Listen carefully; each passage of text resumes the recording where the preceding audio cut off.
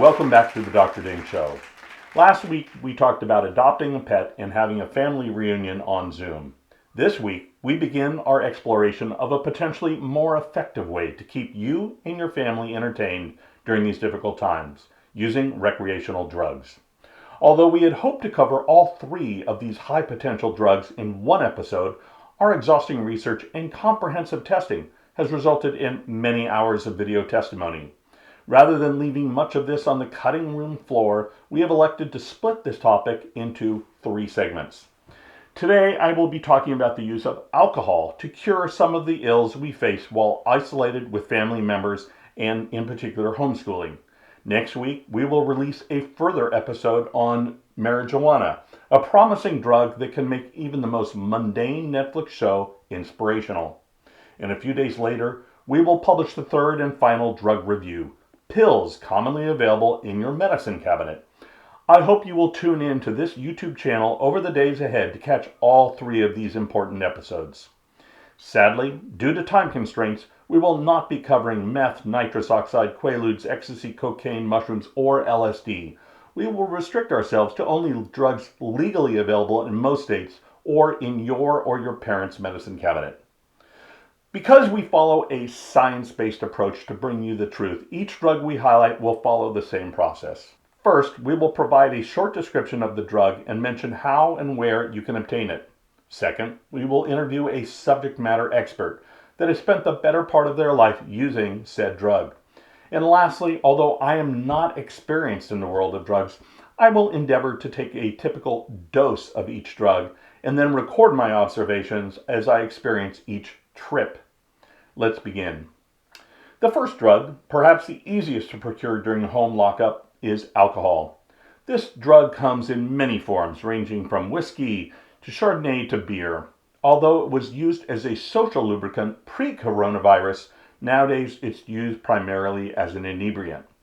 It is readily available at most markets, but during this extended period of home isolation, Dr. Ding suggests Costco as the most efficient place to procure it. Now, let's talk to one of this drug's advocates. Because of the social stigma using alcohol often applies to its users, this particular expert has asked to remain anonymous, so his voice and appearance will be disguised. How long have you been using alcohol? Ever since I knocked over my owner's beer one day in the yard, about 2 years ago. He didn't notice, so I lapped it up quickly. Wow, that stuff was great. I guess he did eventually notice because now he puts it in my water bowl occasionally. How does it make you feel? Well, kind of loose. I feel like I can run a bit faster, jump higher, and the girl dogs on the street all seem a bit more attractive, which isn't a bad thing, as most haven't been groomed in weeks. What advice do you have for anyone in home isolation who might be considering trying alcohol? Start the morning with just one can of beer. As my mom told me, you have to learn to walk before you can run. Then ease into it as the day progresses. Budget a lot of time for naps, which is what I do. Don't forget a nip of whiskey on your evening kibble or before bed. Thank you. Very interesting. As part of our scientific process here at the Dr. Ding Labs, I will be taking a measured dose of each of these drugs so that we can observe the impact it has on me during my trip. One thing I learned during my investment days before becoming a science expert is that it's always better to have a portfolio of holdings rather than betting on individual securities. I think the same applies here. Rather than just ingesting one of these, I will blend them together into an efficient chemical portfolio. A little bit of that, a little bit of this, and thus we will blunt the higher highs and lower lows as I take my trip in my Petri dish, which I call home.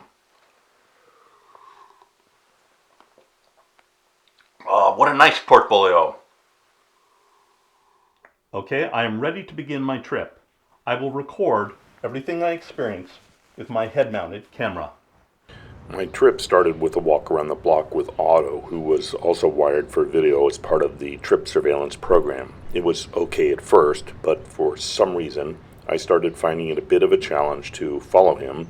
I noticed that the sidewalk seemed to tilt occasionally. In his peeing, I found it oddly inspiring. I found myself following his lead and embraced his watering in public. By the end of the walk, I was really exhausted. I could barely make it up the stairs. My lab assistant Lulu was there to greet us. She seemed to be much more attractive than I remembered her to be. Hey, Lulu, you're looking really good. So the rest of the trip was a blur, but Otto did find me passed out about an hour later.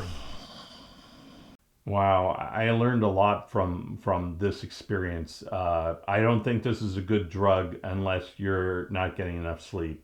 So this ends this episode.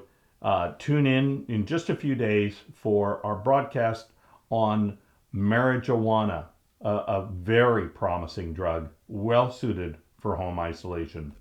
This is Dr. Ding. Thank you.